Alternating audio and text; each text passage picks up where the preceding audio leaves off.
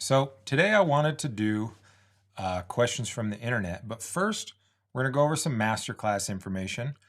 Sarah and I got together and we're trying our best to constantly evolve and constantly meet the needs of the students out there.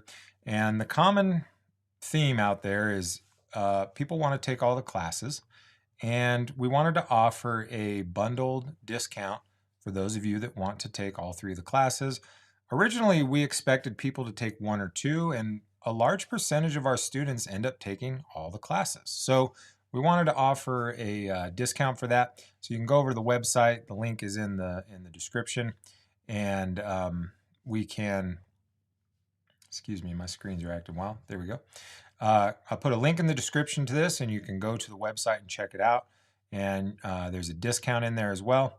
And the discount is going to run until May 15th. So we want to try and reward people for committing to our masterclass system.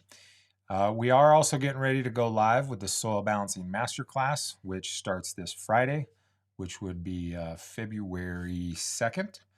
And the Soil Balancing Masterclass will happen on Fridays at 3 p.m. Mountain Standard Time. And that will be the time slot for soil balancing classes for the entire year.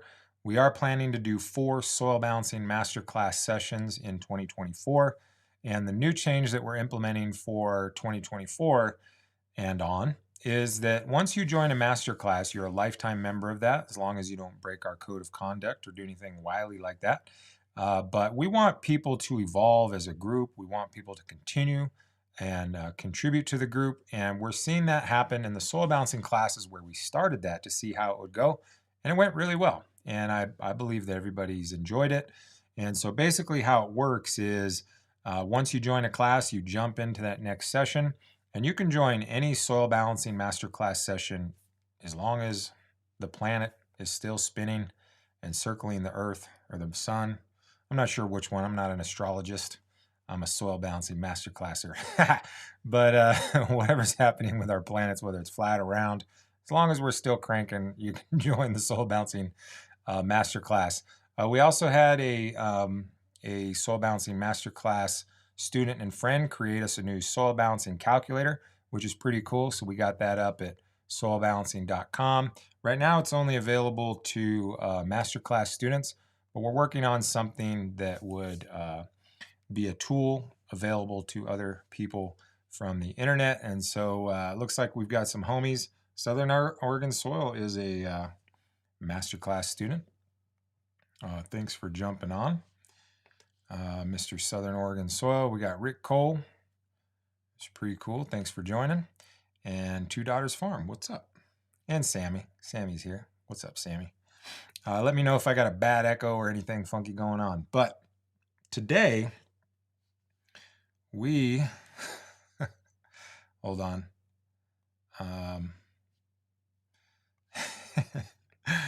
When I gotta run all the keyboards here, does that pull up the right one? It does not. Son of a gun. We're having a Stream Deck issue. There we go. All right. Today is questions from the internet. And what I did was I went through questions from our last couple live streams, and I also pulled a couple questions from our Saturday Side Dress episode with Dan Kittredge. If you're not aware of that, you might want to check out that channel. We're having some really cool conversations with Dan from the Bionutrient Food Association. And this last Saturday, we just recorded a soil balancing discussion about the history of soil balancing. And so a couple of these questions are actually from that channel. And I wanted to just try and access the questions of those that are not able to make it the live stream. And obviously, just like always, when I get to the end of this series, I'll answer questions live in the chat. So if you're listening along live, go ahead and put your questions in the chat. We're just doing a general Q&A today with no real specific theme. And if you're watching this at a later date, go ahead and drop your chat or comments in the question. I'll circle back around. Maybe you'll make it on the next show. So first question came up in one of the comments is, can you talk about the interaction between the biology and mineral application? So what I think this is coming from is the conversation that there's significant issues between the we're just gonna hit a bar, and let me just fix this. I apologize, guys. My Stream Deck My string deck is tripping. So let me, man, son of a gun. We're blowing it here. I just got to set this up. It'll be less painful if we do it this way. Or else it's going to be a real problem today. I just went and overhauled my whole thing. I'm an agricultural advisor. I'm not a streamer. Bear with me as I get this stuff. Let me see if that pulls a keynote. Boom.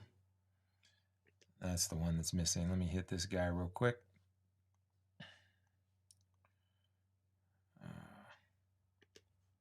There we go. All right, now let's see if a question works. It does. Okay, all right, I think our stream deck is ready and we're all set up, and let's get back to the question. So can you talk about the interaction between the biology and the mineral application? So what I believe this question is coming from is within the Soil Food Web School, there's a narrative that there's significant issues with the combining of minerals and biology. And that's a really long story that gets into interpersonal relationships of those in the biology camp and the mineral camp, and a lot of history going back to the mid-90s. And there's been a lot of infighting in agriculture, and some of that infighting is between the mineral camp and the biology camp, which we're not going to get into today. And I think a lot of this back and forth comes from these older eras of gurus that didn't play well together. So they both kind of contradict each other, and both regularly take swings at the other camp. And what you're seeing in our era is a merging of these two in a much more peaceful faction. And so there are issues with certain types of amendments, we'll say generally, which includes actual chemical amendments or traditional conventional agricultural compounds and chemicals. Those are often very problematic towards biology. The word that gets thrown around a lot is sulfates, and issues with sulfur, sulfates, which are antimicrobial. Sulfurs are fungicides, and sulfate is a sister cousin of sulfur, elemental sulfur. And yeah, in certain concentrations. So now as far as like the functional application of the combination of these two, well, anything can be made to work together.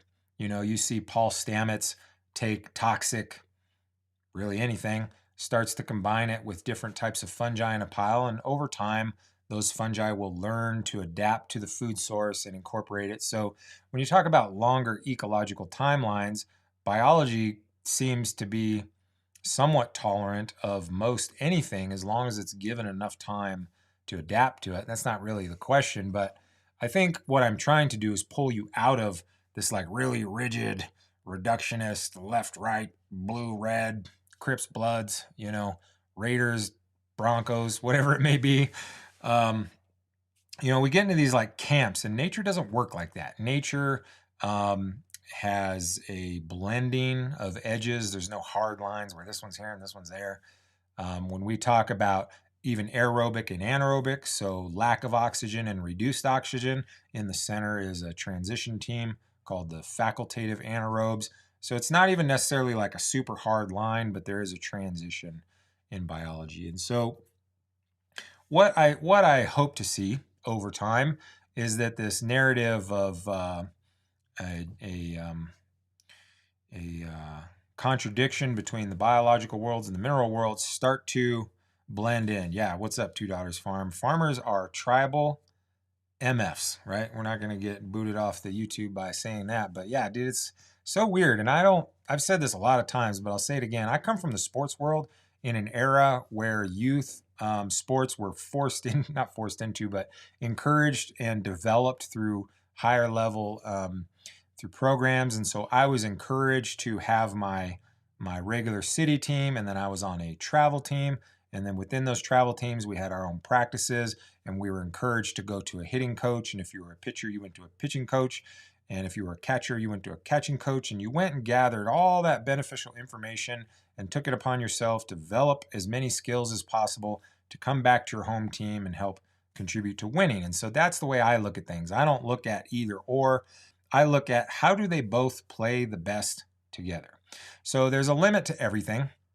What I will say is this kind of echo chamber of issues with mineral and biology, I would say it's more interpersonal between different gurus than it actually is between the minerals and the biology.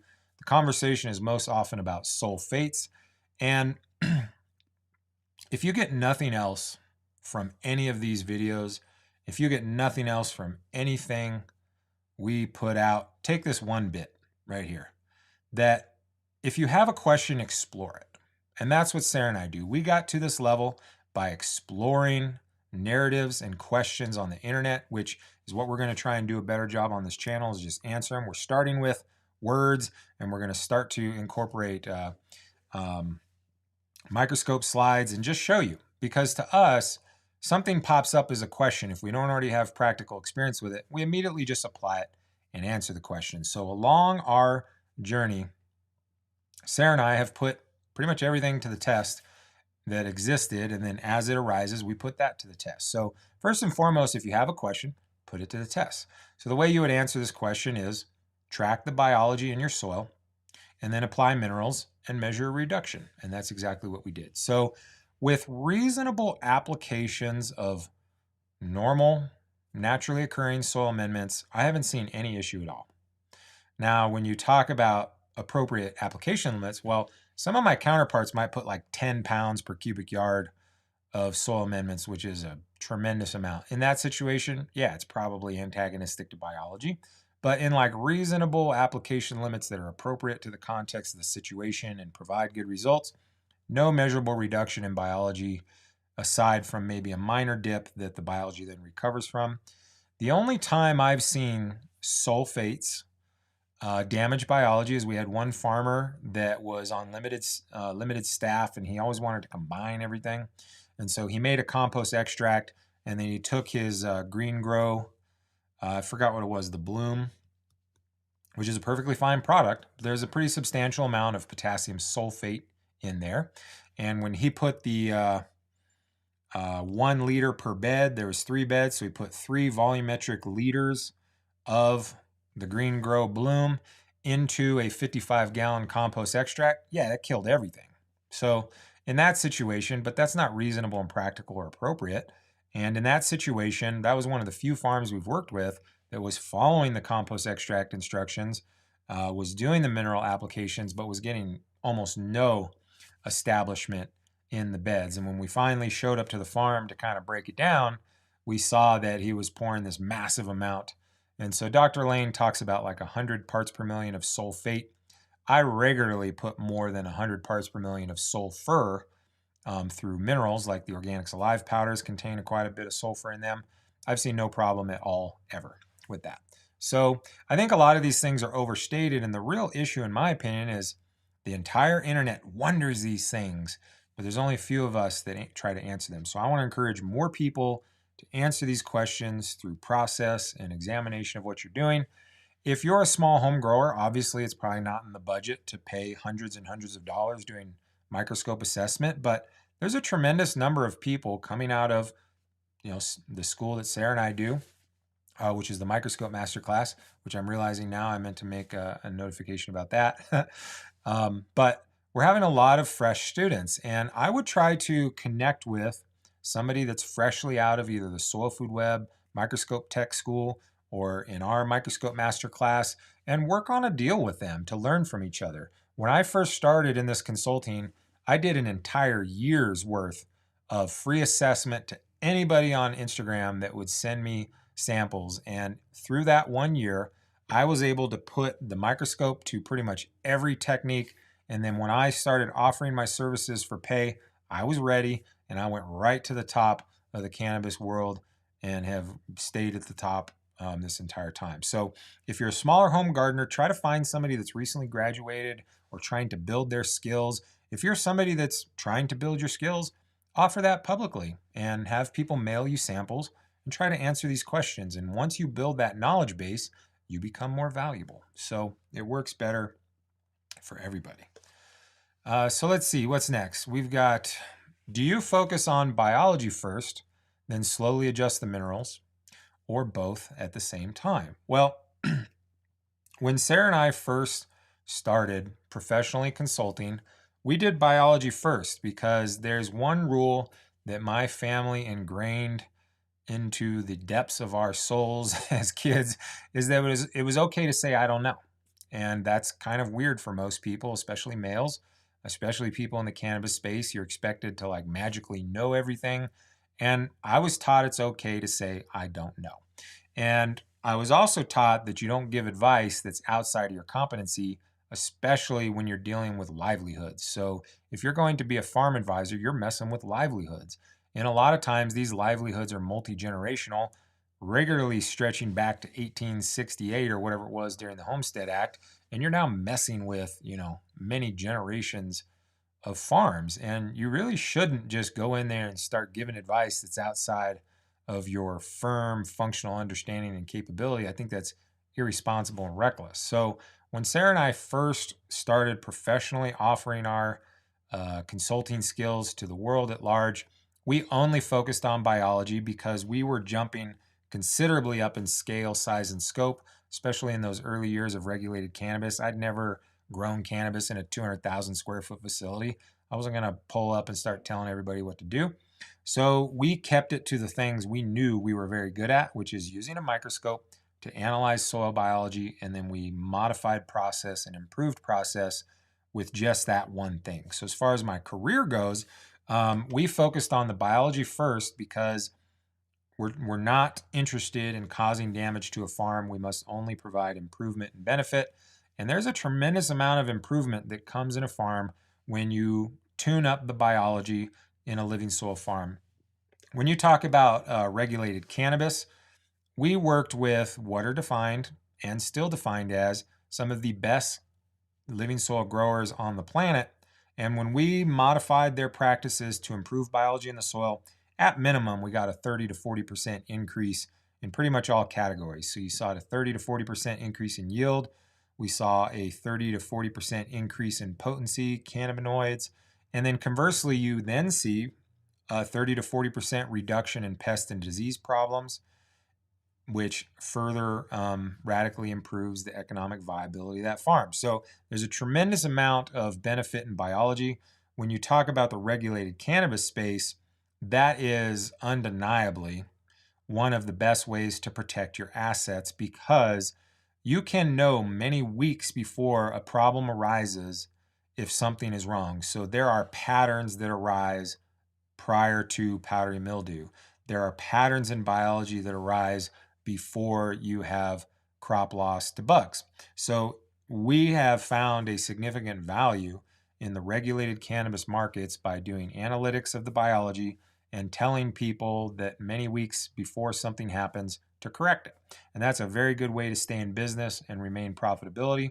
The biology also brings about the stability and the consistency. So one of the biggest complaints about living soil is that it's inconsistent and people don't know why. Well, it's about the biology, and most of what you do is very disruptive to biology. So I functionally applied biology first. Well, now the minerals, you can't just have biology without the minerals. And if you apply biology, it will make things better in the short term.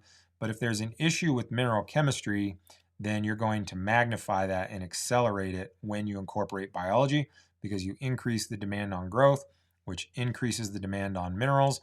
And if there is a functional deficiency, you're going to exacerbate it. So you can't ignore them. But I didn't have that ability. It took me several years before I even came in contact with the information needed to do mineral chemistry. Prior to that, I would sub that work out to other cannabis mineral recommendation specialists and pretty quickly learned it was not going to be good for my career to rely on other cannabis growers to do my analytics. So I had to learn that skill myself. In the journey to find that skill is what brought about the Soil Balancing Masterclass. It's very difficult to go figure out how to calculate mineral chemistry. That's why I made that class. So over time, I built up the understanding and competency to mineral chemistry.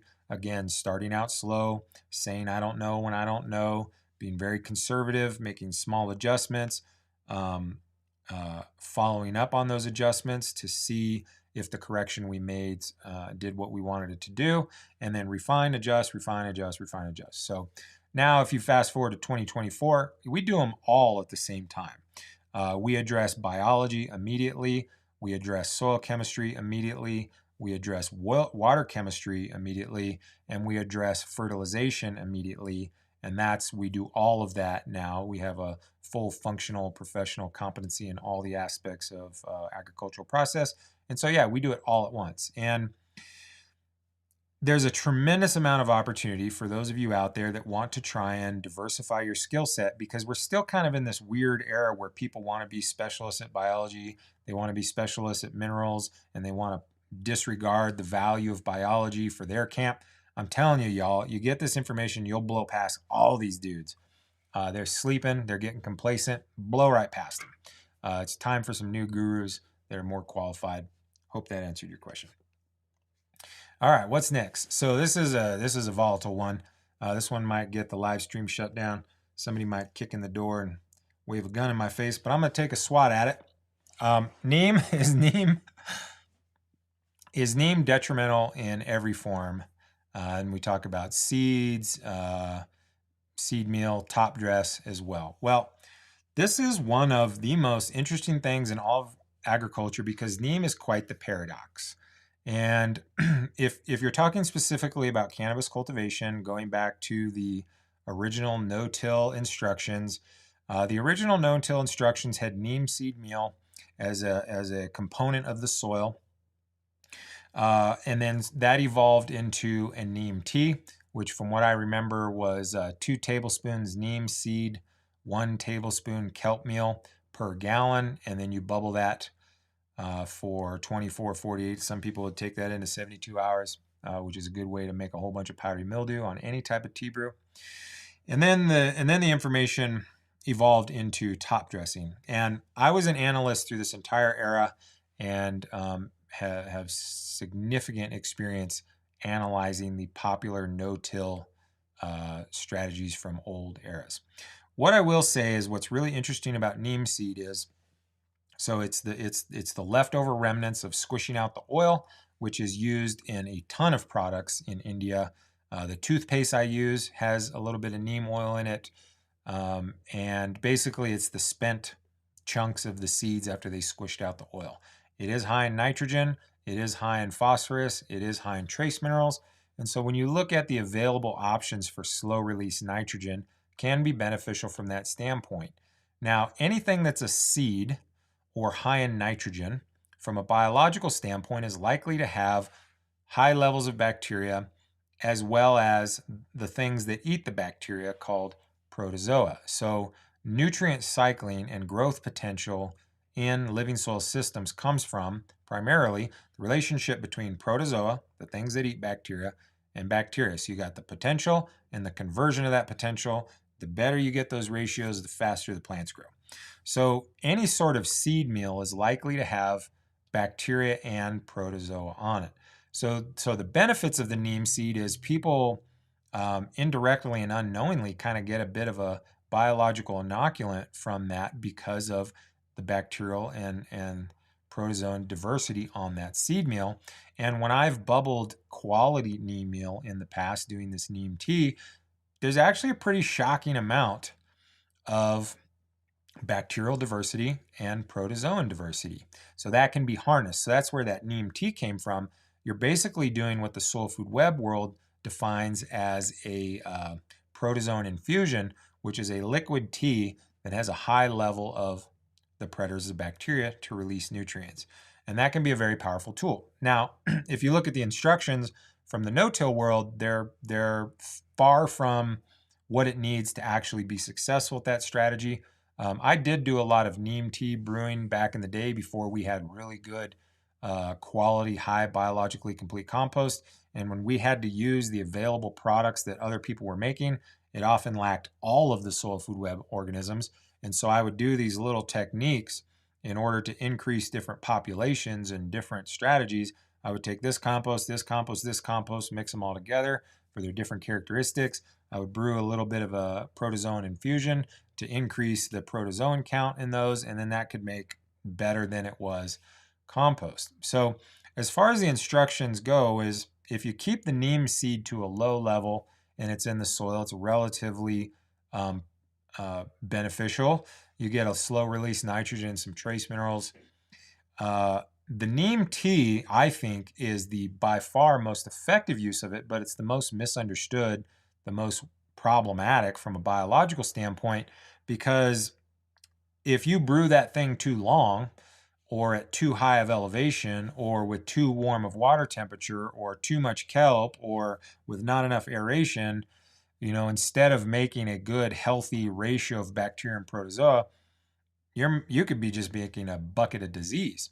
And what people didn't understand is the amount of nutrient cycling was in that would absolutely decimate any living soil, because think of it like if you had a tank full of trout and you dropped like one shark in there, he's going to eat a little bit.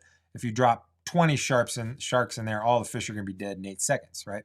So it's the same kind of thing as when you brew these predators of bacteria and you put them into the soil at a disproportionate amount, you actually destroy biology through a weird phenomenon we call in the soil food web world boom bust, which is pretty dismissed by the no-till world, but they don't ever do any analysis of biology, and no disrespect, disregard anything any of them say about biology. They've literally never measured it, right? And I've been an analyst of their process for over 10 years now, so we're pretty tuned in. When you talk about the top dress, so the top dress strategy came popular around 2016. And we saw in farms that were very accurately tracking their yield, when you top dress neem cake, there was most consistently about a 30% reduction in yield. When we first figured this out and would communicate it to new farms going through that, they would dismiss that as a concept. I would recommend to scrape off the neem on the top dress and inoculate with a BioComplete compost, and boom, next harvest that 30% yield was back. So neem is this weird kind of paradox where, yes, it has bacteria and protozoa on it, but the compounds in it are still somehow antimicrobial. The bacteria and protozoa that live on it are reasonably resilient to those compounds, but as soon as you solubilize it and turn it into a liquid, it then kills them. So that's why neem is used as a spray. When you talk about neem oil, so now the oil part of the seed, is very commonly used in living soil, but in my opinion, it's the problem. Like the downstream effects of spraying neem oil is very problematic. Yes, it can leave a coating on the leaves that can protect you for several days from powdery mildew or mites. Yes, it can absolutely kill insects, but it's so harmful to soil biological communities that any benefit you get from spraying the neem oil, you get significant reduction in growth potential. I talk about this a lot on a lot of live streams as an example, but I'll do it again here, is that we had a greenhouse client in 2018 that had 2 identical greenhouses with 8 beds each. And one greenhouse, they made one very light, responsible, moderate application found on the internet of neem oil as far as concentration, and made a very moderate spraying of their plants. And that was a cultivation facility we had been tracking biology for many weeks and months. And we saw about an 82% reduction in beneficial soil organisms. And when we harvested that greenhouse, it had 25% less flower than the one that we didn't spray at all. And that was just one single spray in the second week. So a lot of people in the living soil world try to battle thrips by spraying neem oil, which, yes, can kill the thrips, but from a biological standpoint, you are guaranteeing that you are going to maintain in the thrip, and you start to get on the hamster wheel of addiction to problems, and it doesn't solve any problems. And then you talk about the actual real issues with neem oils, the contamination issues. So a lot of the neem cake comes from subsistence farmers in rural regions of places like India, and they take their product to a central processing plant, and they all run it through the same machine. There's no cleaning of the machine. And basically any pesticides or chemicals that are used in that region get into all of the neem oil. I didn't cue it up for this session. I probably should have. But the Oregon, maybe I could do it real quickly. The Oregon Department of Agriculture. Let me see. Did I save that? Boom. Let's see if this link still works. The Oregon Department of Agriculture, the ODA. They were really good about testing I'm not going to be able to cue that up fast enough, so I won't do that. It's a distraction. But basically, the Oregon Department of Agriculture, I can come back and put a link into the chat. So we'll follow up that way through the chat. But in 2020, they tested a lot of stuff. And the thing that I really like about Oregon that no other states do is if a regulated facility fails for a chemical or compound that they're tested for in compliance testing, and they did not knowingly use it, the state of Oregon helps them investigate that. And there are, I don't know how many, couple hundred different products that have been tested to find things in them that are not on the label. Some of those are really mild, like aloe vera. Some of those are pesticides that should not be there. The last like 6 that they did happened to be for different neem oils, and they would find up to 7 different pesticides in that organically approved neem oil. So if you're an organic farmer using organic neem, there's a strong possibility that you're also inheriting up to 7 different insecticides and pesticides and fungicides because of how that product is processed. So if you're a regulated cannabis facility, you could be using this OMRI approved NOP, 27 different organic stamps on it. It might have 7 different pesticides that cause a test fail. So to me, neem in any form is a no-go for me simply because of what I saw. I realize that's pure heresy and most of the internet's going to lose their mind. But keep in mind, undeniably, Sarah and I have done more biological analysis of cannabis space than anybody else on the planet. And I've been doing that through the entire neem era. You're never going to convince me that stuff is anything we need in the process. Now, the problem is most people have been so groomed that they need it. It's hard to sell a soil that doesn't have it, but that's a whole different conversation. So short answer is the worst way to use it is to top dress it in large volumes. Probably the safest way to use it is a little bit in your soil mix, which I still don't really care for, but if you have to use it that way, and if you're very competent on a microscope, you should explore the neem tea. It's a really interesting phenomenon. You actually get pretty good bacterial diversity. You get good protozoan diversity, but if you brew it as long as the internet advice tells you to, you're absolutely making disease. So I wouldn't do that unless you know what you got going on. All right, next question. Do you have any thoughts on tensiometers and the targets for using those tensiometers? So tensiometer is a soil moisture meter that works on pressure. So it's not measuring a percentage of moisture, it's measuring water tension, often in the measurement of millibars. And I'm a big advocate of the blue mat irrigation system, regardless of what other people say and don't like about it. I've been using blue mats since 2014, 10 years now. I have a great relationship with Sustainable Village. I was talking to Michael Box earlier today. I'm a big fan of all those guys. My least favorite tool on the planet is the Blue Mat brand tensiometer. The problems with that meter are too extensive to list. The main issue is, of all the meters I've ever used, that's the most unreliable product, and it will lead you off a cliff. And so it's very difficult to maintain suitable levels of accuracy with that meter. So I encourage people to not use it at all. The longer you leave a tensiometer in one location, the more unreliable it gets, because the way it works, it has a ceramic tip and there's water in the sensor. And as the soil dries around that moisture, it either pulls on the water in the tensiometer, or as the soil gets hydrated, it pushes it back in, and that affects the moisture meter and it gives you a number.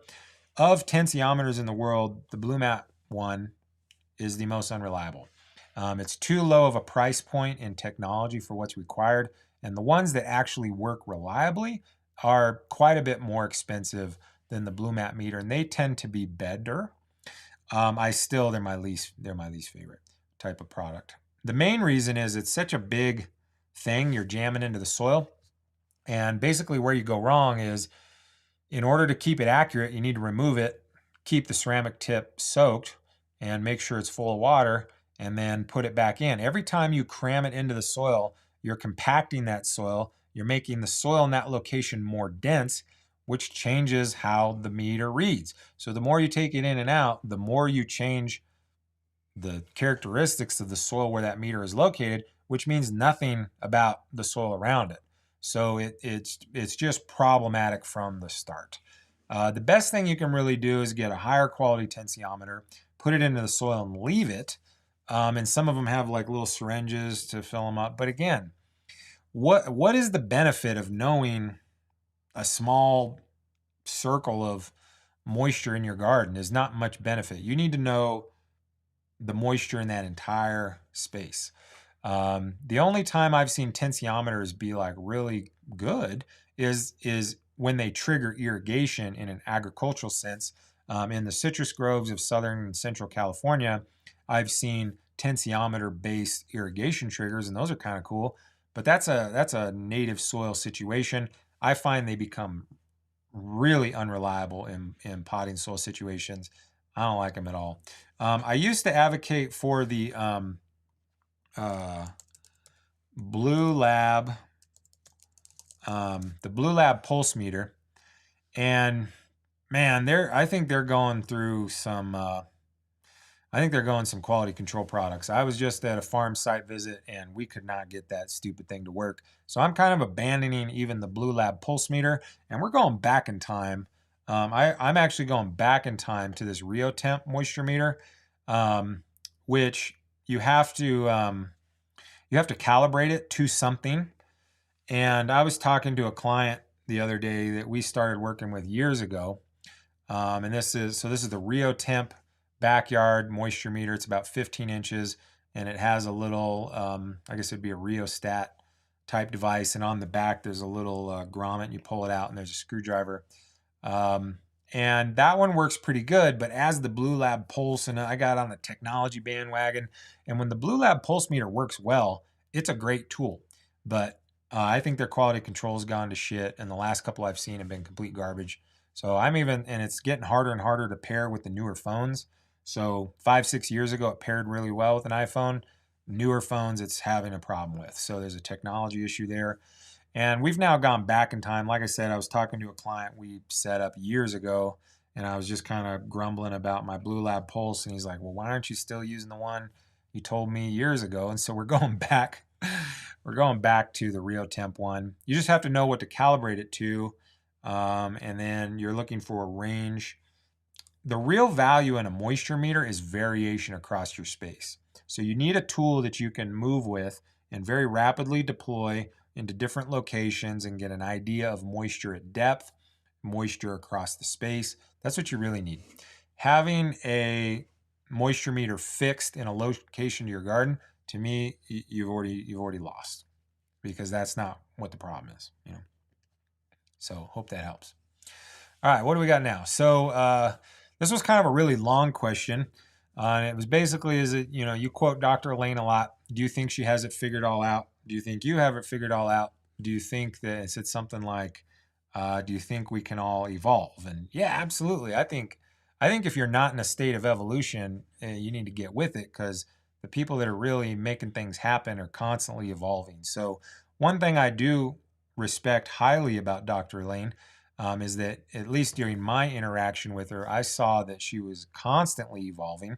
Now, as kind of like the consumer at the end of YouTube, you don't really see that, because she kind of keeps the same presentation going for a very long time, which I think is important. You need to keep that basic principles of soil food web. And so people don't really think that she's evolved much, but the human, Elaine Ingham, I haven't seen her in a while, but at least through the time that I've known her, she was constantly evolving. And some of the things that is taught, some of the techniques specifically that are taught in the Soil Food Web School come from students. So there's a couple things on tea brewing that we proposed as a modification. She liked them. She put them to a test. That's now what's taught in the Soil Food Web School. So she was constantly tapped in to the next generation. And if the young minds came up with a good idea and you put it to the test, she incorporated it if it made sense. If it didn't make sense, it was kicked down the hill. But if it made sense and sussed out, and the lab data showed that it was good, she would immediately embrace it if it was proven to be successful. So I do really respect that she's constantly evolving. Sarah and I are exactly like that, and we are constantly evolving, trying to improve. So do I think any human has it all figured out? No, I think that would be silly. I think that'd be silly to think that anybody has it all figured out.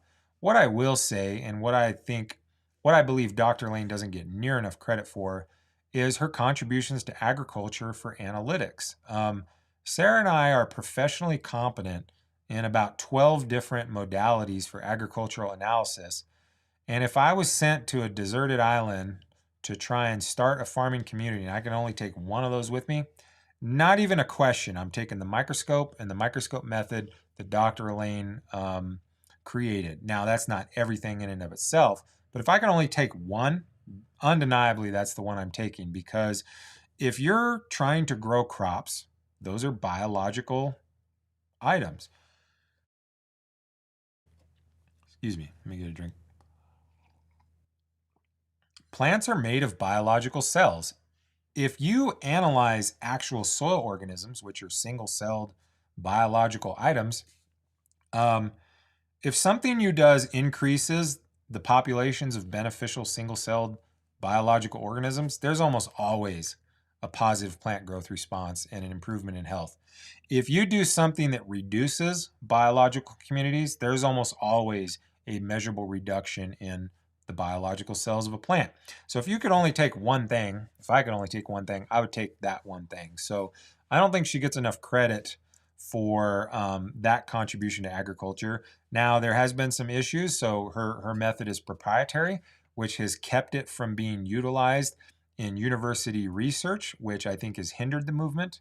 You're starting to see more and more people execute the technique, which I think is great. But I do believe it's kind of suppressed the ultimate possibilities of that technique because it's proprietary. So that I think is a hindrance. And there was a lot of issues with agriculture. If you look at the economic impact of what the biological communities in the soil bring to the agricultural process, like I said earlier, First Harvest, working with the top cannabis growers on the planet, tuning up biology in that first harvest, you got 30 to 40% more yield. That is a significant economic impact. And conversely, if you really tune that biology, powdery mildew is gone. Like, we work with facilities, and through the first harvest, we make corrections to biology to get rid of powdery mildew, and it never comes back. And I realize that's pure heresy. If you're a cannabis grower, most people think it's systemic. That's not scientifically accurate or true at all. What is systemic is poor behaviors that leads to powdery mildew. That's systemic. And when you tune up the biology and get rid of the tea brewers and get rid of the tea recipes and get rid of the IMO and tune up your watering strategy, you get 40% more yield and you never have to deal with powdery mildew again. Cannabis growers spend probably billions of dollars on powdery mildew control products. Those are not even needed. We don't even give instructions for powdery mildew. So that's an economic detriment to the people that want to sell you that stuff. We also have pretty significant reductions in pests. It's not magic. You don't wave a magic wand and all bugs are gone. But I can't think of a single time when we had crop loss to bugs, right? So then you talk about a significant reduction in pest control products. We don't use any of those. We have our commercial clients have a couple products on hand. But at this stage in 2024, we keep citric acid, which is usually Dr. Zymes. And if things get really bad, which they never do, but it's good to always have a fire extinguisher behind glass. There's a couple products we use that are suitable for regulated testing, that are good at knocking down, but we absolutely do not use those on a regular basis. So when you correct biology, regular applications of pest control products is not a part of the scenario. So the people that want to sell you those things have been pretty mad at Dr. Lane, and they've spent millions and millions of dollars trying to slow down this movement. And a lot of people have been affected by that narrative. And so I think that's, maybe created a dynamic within the soil food web community and has tried to make Dr. Lane look, in some sort of way. So no, I don't think she has it figured all out, but the one thing that she has figured out doesn't get near enough respect for it. And anybody else that goes on that journey, just know you're probably going to go through some of the things that she went through. That's just what it is. All right, what do we got next? So last session, we talked about EM1, and there was a follow-up question is EM1 useful for cleaning the bottom fabric of an empty sub-irrigated planter or reservoir, things like this. And I think just generally, this is a question about when is a suitable time to use EM1, because I kind of poo-pooed it last session. So yeah, EM1, if you're really looking for a suitable use for effective microorganisms, they are best suited to cleaning up gunk and biofilm. And if you're farming in a way that creates biofilm, EM1 can be beneficial. Now, my advice is if you're farming in a way that creates gunk and biofilm, you should probably modify that because that's an anaerobic situation. Now, in a sub-irrigated planter, which frankly I haven't used in a very long time, we do have one client using them now, and it's looking pretty promising. They're having some pretty cool results. So I'm intrigued to explore the sub-irrigated planter world again. And yeah, if you want to, there's probably some gunk that builds up in there, and that would probably be an effective use for that. I would probably use something like citric acid, which is antimicrobial, and that's going to reduce biological populations. But, like Dr. Zymes is a product we use a lot. I don't know the people, I don't have any affiliation with them. But that product tends to be just simply citric acid, tends to be pretty accessible, and tends to not show any major detriment to anything that weaves. So it's mildly sterilizing to the soil, but not like any sort of devastating thing. Now, this is something we're going to have to make a whole microscope session about and to show you this visually. But if you take a biological product that's all bacteria, and let's say you have, compost made by Dr. Elaine in her backyard with her lawn clippings. It's been blessed by a pope. It was made to the biodynamic calendar. It's like the headiest, full moon, perfect biological compost on the planet with the most, primo ingredients. And you took something like EM1, which is all bacteria, or even a Bacillus subtilis product, or even an azos product that's all bacteria, and you put a sizable amount of that all bacteria product, that compost would then lose all that biological diversity and actually be just EM1.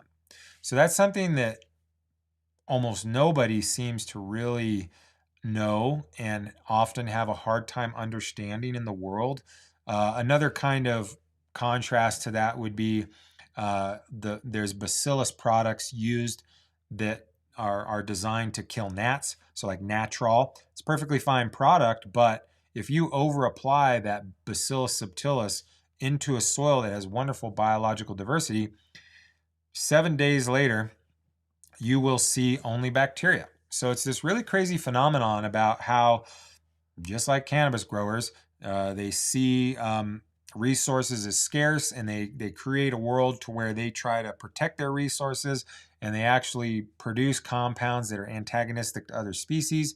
And this is something that in natural balance is perfectly fine and keeps little ecosystems and microclimates of different types of biology. But when you disrupt natural systems and pour a whole bunch of bacteria in, those bacteria are going to modify the pH in that zone. They're going to release compounds in order to kind of fend for their space, like fences in the suburbs or something. They're like, this is mine. And it will shift the biological terrain of that space into only bacteria. So I wouldn't use, based on what I've seen, I wouldn't use something like EM1 to try and solve a problem with like that. It's perfectly fine if you want to use it. It's way overstated in value in the organic permaculture. People think it's like the only thing, and it's like I don't even look at EM1 as like the first step. It's maybe like the first couple stairs of climbing the Empire State Building or something. It's like, why do you want to stay on the first step? And if you had not gone up any steps, using some EM1 will lift you up a couple steps. But we don't see people that really like to use those things get past the first couple steps. They tend to fight a lot of pest problems, because if you're only operating in a bacterial only world, you're going to have pest problems, because the demand on growth is not being supported by biological interactions. So you need things that eat bacteria. So bacteria hold the nutrients, and then the protozoa release them. And if you don't have something that eats bacteria, you're just tying nutrients up in the soil. So you need to get past those couple steps. You want to put something in you might want to put something into there that would eat that. So sorry, I was reading the comments. I'm here by myself, so sometimes it's a little distracting. All right, so we just covered EM1. I think this is our last question. So I talked a lot about adjusting pH on the last session and really tried to encourage people to not adjust the pH of their water or the pH of their fertilization in order to not be antimicrobial. Those pH adjusting products are often antimicrobial. In this question, it's asking about citric acid, which is remarkably antimicrobial. So antimicrobial that if we come to a farm that has a biological imbalance that's creating powdery mildew pressure, the easiest way to reset that soil is with a moderate solution of citric acid, water it in to gently hydrate the top 3 to 4 inches. That sterilizes gently without causing destruction, and then you're able to re-inoculate and correct that. And so I use citric acid to make my consulting faster, right? So we have limited number of days on a farm because we're charging a day rate. And Sarah and I learned through the years that if we showed up to a farm that had a really significant biological issue in the soil, on that very first day, we could water gently with citric acid, wipe the slate clean, come in the next morning, re-inoculate, and boom, they were on their way. And that was a really fast tool to make radical corrections in a property that has powdery mildew pressure or something wrong like that. So you're never going to see me ever putting moderate amounts of citric acid into any sort of solution. And again, this really ruffles a lot of feathers in the world, but I'm going to say it every session. If somebody from the internet is talking about biology or they're talking about using products and they've never measured these things, I don't really think that's a valid input because, like how do you comment on something that you've never measured? That's kind of weird to me. And we get a lot of that in the cannabis industry. We dream passionately about biology. We hope that our intentions overcome our behavior. Our analytics show that it does not. And almost always the belief that the community at large has about biology and its behavior isn't what the microscope assessment reflects. So citric acid as a regular repeated introduction into a living soil is problematic at best. And for the advisors from the internet that encourage you to use citric acid, we inherit a lot of these people in our consulting because we're really good at solving problems, and we can come by these farms that have been adding citric acid to modify their pH of their water, and it's major problems. Sometimes it's crop loss, sometimes it's poor yield. It's never really very good. And so this idea to constantly add citric acid to your water is a terrible idea in living soil system. Now, if you want to go do hydro or quasi-organics and coco coir, maybe that's fine. But in living soil, you cannot regularly, repeatedly contribute acids that are antimicrobial for the sake of modifying the pH of your solution. No matter how much you think slightly adjusting the pH of your water and what benefit that might bring, I promise you, through many, many, many sample sets, that the problems that are going to come for that are way greater than having perfect 6.4 pH water. So I'm never going to do that. I'm never going to advise it. I'm going to always advise that you don't do that. So citric acid is off the table for me as far as modifying the water in a living soil system, right? If you want to do coco coir drain to waste, knock yourself out. But that's not what we're talking about. We're talking about living soil. So be really careful about the information you take from the internet, because in order for something to be true, the content, so the subject matter, needs to fit within the context of the subject, or it's not true, right? So modifying your water pH with citric acid in the context of drain to waste coco coir, that is truth. Modifying your water pH with citric acid in living soil, that is not true. That is false. That is a problem. It will continue to be a problem. Please don't do it. If you want to slightly adjust your pH, I would use fulvic acid. But again, there's a limit. You can't just go up and up and up with the concentration, because now you're doing the opposite of citric acid. So citric acid is going to kill biology. Fulvic acid is going to stimulate biology, which creates another problem. So in living soil, we're constantly in this balance between supporting biology, stimulating it, but not antagonizing it and turning it anaerobic. That's when all your problems happen with anaerobic. So now the further question is, when using silica, which is often very alkaline, probably in the case of potassium silicate, can drive pH to beyond 10, and that needs to be adjusted. So again, true, content and context. So the statement, a pH above 10 requires, to address that through some sort of measures, I would say true.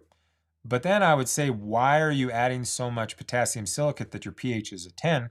You should probably just adjust that and just use a much lower rate. That'd be my advice.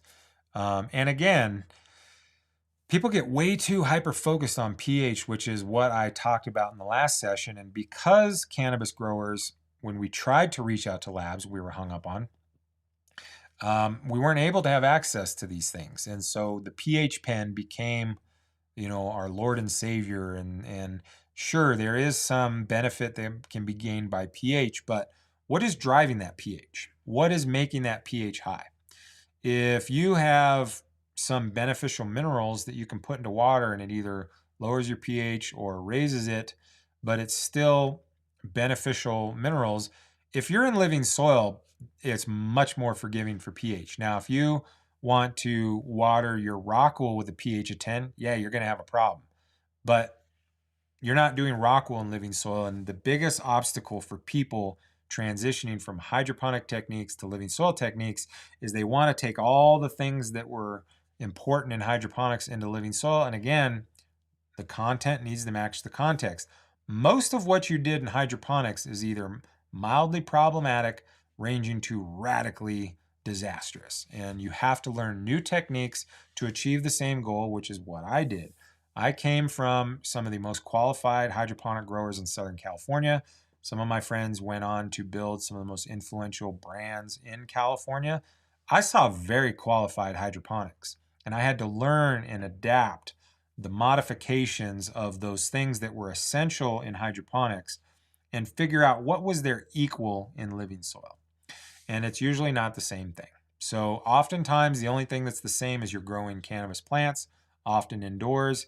Even the environmental parameters are different for hydroponics and living soil. So number one obstacle to success for people in living soil coming from other techniques is that they want to take all these hydro techniques into living soil. And I would say that they're problematic at best. So keep that in mind there.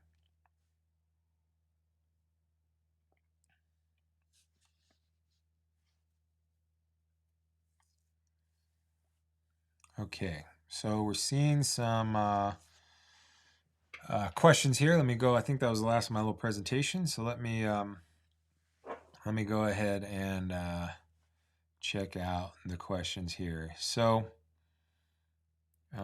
this is more of a statement, which one of the questions I read today came from this person.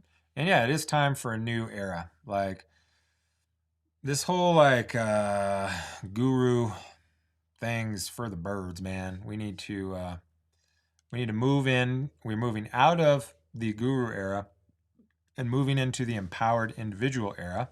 And that means farmers, you got to get up to speed, and you're going to be the one in control, which is pissing off the gurus. So they're pissed, but it's okay. We're not worried about egos. We're not worried about personalities and attitudes. We're worried about human survivability.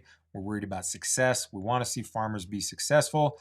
And there's not a lot of room for guru egos anymore. It served its purpose, and we appreciate the information that they brought, but it's time to move on. And it's time for you to be the guru. So do that.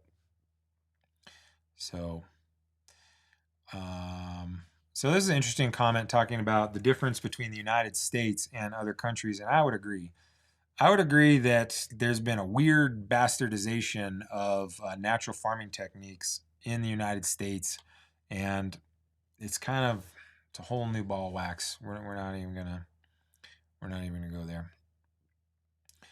Um, so this is a question that I'll be honest, I don't know the answer to. So it sounds like there's a lot of bacteria that use citrate as a carbon source. Well, I read some research yesterday for a client project that some of the compounds in pesticides are used as a carbon source. That doesn't necessarily mean that we should put more pesticides on because there's carbon in them.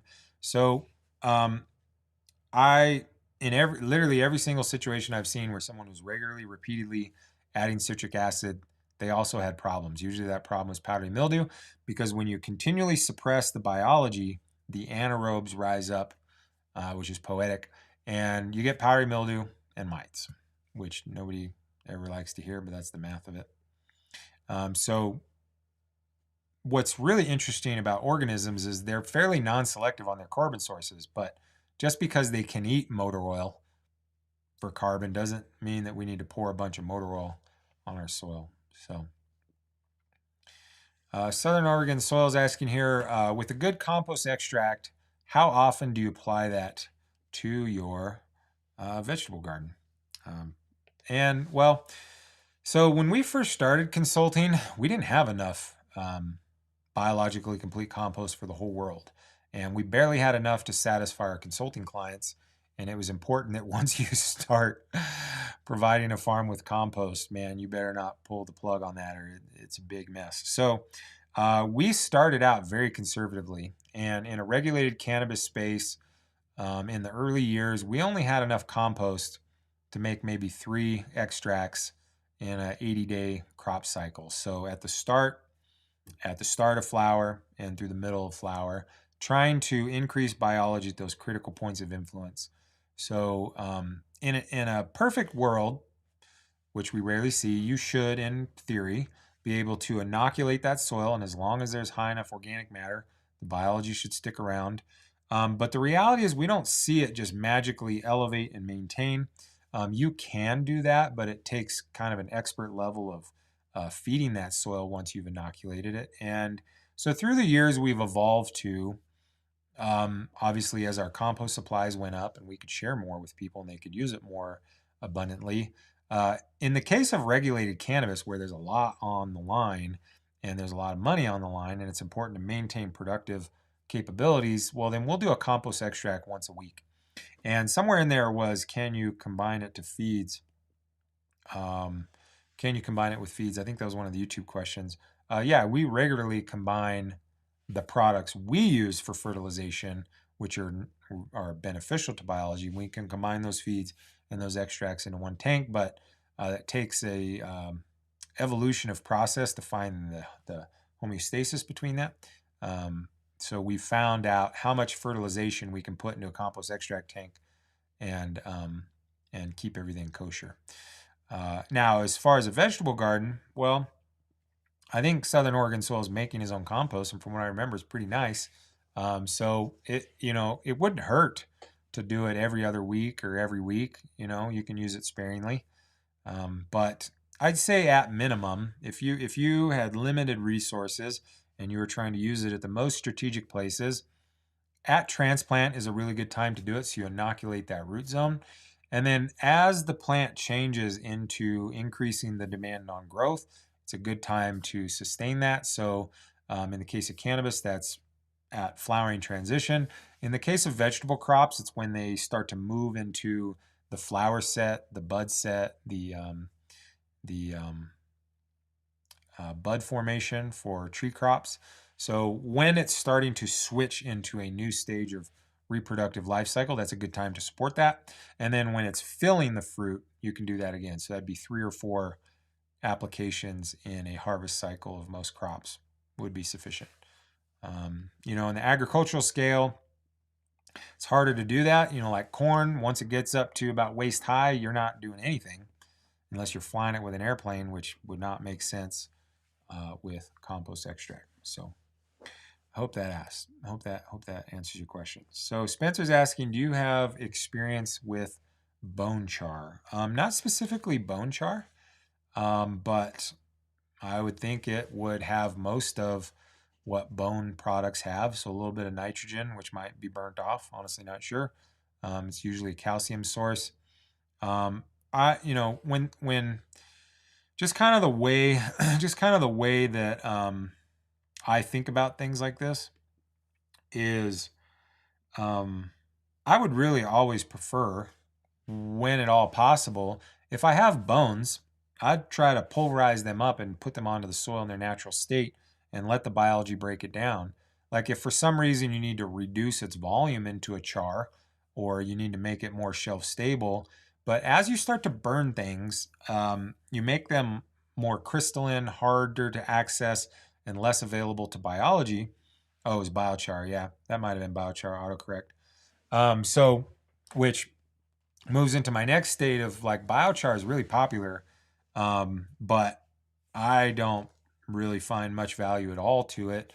The only times I see biochar um, be valuable is in like a sandy native soil with low organic matter, and that would be a good time to increase water holding capacity. So when I in 2000, it was either 2013, 14. Oh no, he's saying bone char. Okay. So yeah, I mean I would just put bone meal. Like we use micronized bone meal and we pulverize it up and we sprinkle it. So anytime you burn something, you turn it into like a harder, more crystalline form of carbon, which in the case of biochar is not accessible to microbes. So there's like this narrative that like microbes have an apartment that they live at and then they commute to work. And the biochar is like that condominium. It's like this is a completely nonsense narrative from a biological standpoint. And I was there when it got created. It actually got created in a in the soil food web classes. I was in Dr. Elaine's class. My wife Sarah was actually in that class, and there was about 26 of us from around the world. That was before Sarah and I met each other. And somebody in that class every week would ask about biochar, and Dr. Elaine would really politely say, I don't know. And then each week he would ask and ask and ask and ask. Every week I got really persistent. And you could see each week Dr. Elaine would be a little bit like, no, more. And then finally, like, you could clearly tell she was tired of answering this question. And she said, I mean, I guess, like, after she said all the reasons why it's, biochar is a hard crystalline form of carbon that your biology does not have access to. If your biology does not have access to that carbon, they're not going to use it. That's why it lasts so long. So biochar lasts a long time because biology is not breaking it down. And then they don't commute to work, so it's not like a condominium. But basically what happened is you could tell Dr. Light, in her polite professional form, was trying to politely let this gentleman down that there's not that much benefit for biochar. And finally, at some point, she said, I mean, I guess there's like nooks and crannies. And whoever that person was took that to the permaculture worlds and created this narrative that biochar is a condominium for organisms and organisms commute to work. And if you perpetuate that narrative, to me, that shows that you lack the fundamental understanding of what biology is actually doing. And so biology adheres itself to the surfaces of rocks and minerals, and they don't like, they're just there. Like the only ones that really cruise around are like ciliates and nematodes and microarthropods. Like bacteria and stuff, they're pretty stationary. Like they don't have a condo in the city and commute to work. Like that's just doesn't make any sense at all. So I try to not burn things. So if you have some bones and you want to crush them up, I would put them in their natural pulverized state. And not saying that I know about bone char, but I know that when you burn wood, the biology can't break it down. Oh, interesting. So there's a clarification. So, okay, so bones are made of phosphorus and calcium, and then it becomes a biochar. So I'm still going to be pretty resistant to burning things, just because if your biological system is thriving, anything you put on there that's carbon-based should start to break down pretty quickly, even an amendment. If it stays for many weeks to many months, it shows that the biology either can't access it, it's not a suitable food source, or they're not interested in it, which is usually a combination of that. So So yeah. So I mean, if it's something you're really into, knock yourself out. It sounds like it's something coming from the KNF Jadam world, which, as popular as it is, I don't know. I think it needs some significant work with the recipes. But I'm out. Knock yourself out. What I would say is do a controlled trial. Put the charred bone on one property, a little pot, put normal bone, and just observe, see what happens. See if you see a change in mineral chemistry on the test. See if you see a visible change in plant growth. Yeah, so, all right. So Biscuits is asking which minerals work best to increase the surface tension in RO water for blue mats without causing other issues. So I guess the first question I would ask is, do we need to make RO water? So are we just making RO water for the sake of making RO water, which is a very weed guy thing to do? In hydroponics, a lot of times it's essential to make RO. I've worked with hydroponic facilities in the regulated markets that were so big that their RO systems couldn't keep up with the demand. So we were forced to build fertilization recipes off of city tap water, which works just fine. So the reason why people are usually encouraged to do RO water is because it strips that water down to zero so that you can then build your own fertility on it. But if you analyze that water and you know what's in it, you can build fertility on top of that, and you don't really need to RO it. For the sake of living soil, there's not many benefits to doing RO. Now, the only time where it's actually essential to do reverse osmosis is when there's something significantly problematic with that water. So if you have very high sodium, for example, that tends to only be removed through reverse osmosis. So that's a reasonable reason to use an RO system.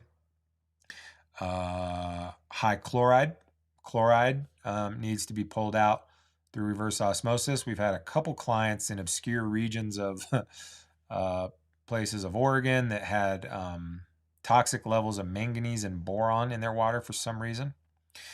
And in that case, the trace minerals need RO plus a secondary filtration to pull out the trace minerals.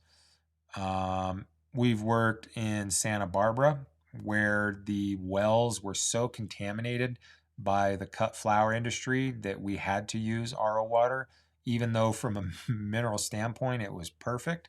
So shout out to the cut flower growers to destroying some of the nicest underground water on the planet. So in that case, you then have to strip that water through RO. If you're just doing it just to doing it, I wouldn't do it at all. There's no need. Send your water into Logan Labs or to Wallace Labs in El Segundo. You're looking for as low as chloride as possible. You're looking for as low as sodium as possible. But if they're not super high, they're manageable. And then what you want to do is monitor their buildup in the soil. So if your source water has high sodium, you want to monitor if sodium is building up in your soil. If your water has high chloride, you want to monitor if it's building up in your soil. Another problematic compound is bicarbonate, and that can be problematic. It kind of ties up other mineral nutrition, so it can kind of get in the way. Most of these things can be conditioned with humic and fulvic acids. So we primarily use Provita, which is a product we sell at our product business, CGG Distro, Provita. That has humic acids, fulvic acids, fractionated acids, trace minerals, a little bit of nitrogen, and it is a fantastic water conditioner.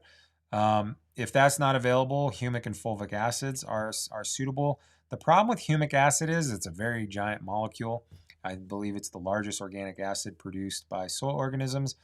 And if you don't have a robust enough biological system and you use a lot of humic acids, then you're going to lock up too many nutrients and you get that weird wrinkled leaf phenomenon. So I tend not to use that many humic acids. I tend to use more fulvic acids, which is something like 10,000 fulvic acids equal the size of a humic acid, so significantly smaller molecule. And by using the fulvic acids, it's a little bit easier for the biology to break that up. You're much less likely to tie up mineral nutrition. And so I would look at it that way. I said all that to say this is if you are forced to do RO and you need to condition that water? Well, one product that works pretty well is Fertinitro Organic has a fulvic acid that's in a powder. And you can use it very low amounts, like 0.1 grams per gallon, and it'll add a little bit of mineral content. It'll bump you up to about 75 to 100 parts per million. You want to try and rotate through what you might use to do that. Sometimes we use trace minerals. The living soil community goes way too excessive on the C90 and you get way too much chloride, so take it easy on the sea salt. But at times you can use something like C90. It's best to rotate a little bit. Maybe today you use a little bit of Fertinitro Fulvic, which is something we also sell at our business, CGG Distro. Put a link in the description. We sell that in small amounts. That one works great, 0.1 grams per gallon in all waterings. 0.25 grams per gallon to a couple times a week waterings for the Fertinitro Fulvic. We've used trace mineral drops. One of our family members is a rep for what do they call that? It's a blue bottle that they extract from the Great Salt Lake here. Sometimes I use that one, but again, anything from the sea, you got to be careful with the chloride. If you condition your water for RO and then you pour a bunch of chloride in there, you're making problems. So don't do that. But basically, you're really just trying to get it above 50, 60, 70, maybe 100 parts per million. But again, if it's RO going through the blue mat system, yeah, that does cause problems. The bigger issue comes with filling the carrots with RO water. So if you fill the carrot with RO water, it's going to leak out. It's going to create air bubbles, and then they're not going to operate properly. If you're putting RO through the system, then it can build up and then create problems. But if your soil has enough minerals in it, it should be, as soon as it hits that soil, it should start to absorb some of those minerals, and then the surface tension changes well before it gets to the ceramic carrot. So I've seen the most problems with RO in the carrot itself. So in that sense, you could use darn near anything. You could put CalMag in there up to 120 parts per million and fill your carrots with it and probably be fine. So I would ask the question, do we have to use RO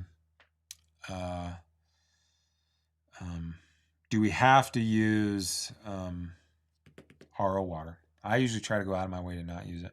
So,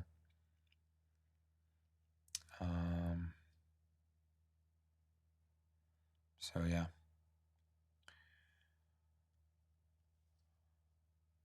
So this is a specific question about the blue mats. So I started out on the longer carrots, and in pots, those undeniably work better. And when the blue soak hose came out, they started switching to the shorter carrots, and the thought was that they were closer to the surface and they'd be more reliable with the blue soak hose. And I trusted to go with the trend from the people that were releasing the blue soak hose, and they were doing one short, one long. I never did that. I don't really think that's a good idea, because the two carrots behave differently, they adjust differently, they're at deeper depths. Nobody that I've seen yet gets the 4-inch deep and the 9-inch deep set to the same moisture. It's too problematic mixing them. I've never mixed them. So I used to use the deeper carrots on the pot setups, and I used to use the shorter carrots on the blue soak hose. And in the last year or so, Sustainable Village has switched to the deeper carrots, and it actually is working better, and I would agree. So kind of what happens is, if you think about it like angles going down, the blue soak hose is more like, the water coming from the blue soak hose kind of comes out like this. It doesn't perfectly water, kind of comes out and spreads, and you're much more likely to have the moisture from two soak hoses connect above the ceramic tip of a deep the 9-inch maxi, which is what you want. So in the last year or so, something like that, we've switched to the deeper carrots in the blue soak, and I think that's working pretty well.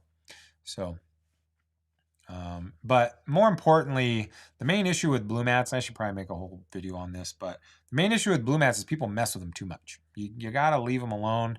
They have like a 24-hour cycle, and if you're messing with them a couple times a day, you're never going to get it right. And so most people mess with them too much. almost nobody gets enough air bubbles out of the carrot, which the new instructions is don't worry about it. You're never going to convince me that air bubbles in a carrot is good. I still do the old instructions of taking a little pipette and I blow water into the cap under, and I hold the cap underwater and use a pipette and blow all the air bubbles out of the cap. Because I find that air bubbles get lodged up in that cap and it makes the plunger unreliable. So I still do all the old school stuff. I soak them in hot water. I make sure and kind of scrub off the ceramic tips so there's no manufacturing dust clogging the pores. I get them into as hot a water as I can for that farm. I don't boil water, but I try to get as warm a water as possible to cause that ceramic tip to expand.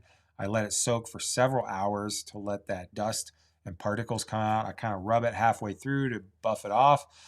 And then I still fill them out up underwater to get every single air bubble out. I put the caps on. I let them soak for another hour. If there's any other air bubbles or whatever in the ceramic tip, it will then pull out into the carrot, and then I go through them again. So I soak them for several hours, fill them up underwater to get all air bubbles out, and then I leave them alone for an hour or so, and then I go through them one by one again, tap them on the bucket, and I get every single air bubble out of every single carrot.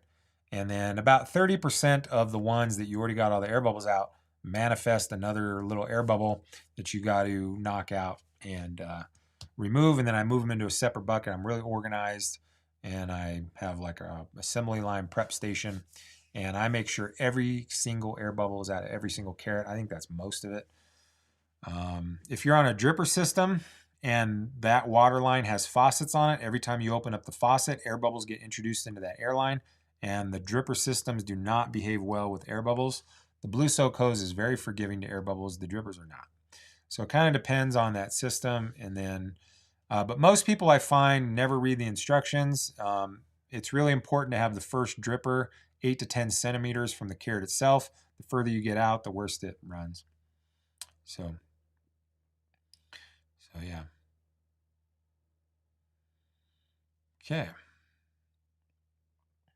Got a lot of discussion going on, which is pretty cool. Oh yeah, so here we go. Spencer's using the distribution drippers. Okay, so in that case, the distance between the top carrot and the first dripper is essential.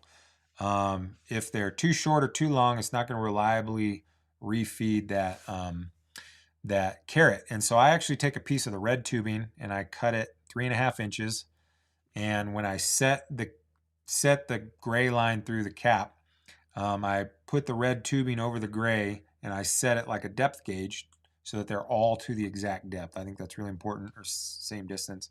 And then forget off the top of my head because it's been a long time since I did a dripper system, but it's really important to keep the distance between the drippers themselves.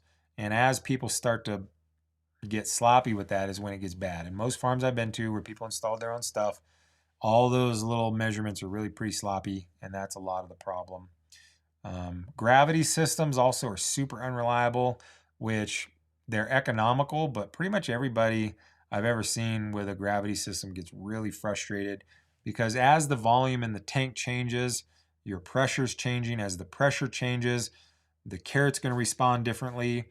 As your pressure changes, it's going to respond differently, and then you adjust the cap, and then when you fill it back up, now it floods.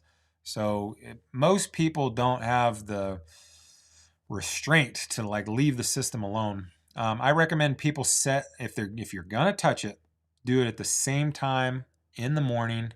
Don't touch it in the, don't go messing with it all random hours of the night. First thing in the morning when the soil is most likely to be rehydrated, that's when you want to make the adjustments. Don't then make adjustment at 4 p.m. and the brightest part of the day.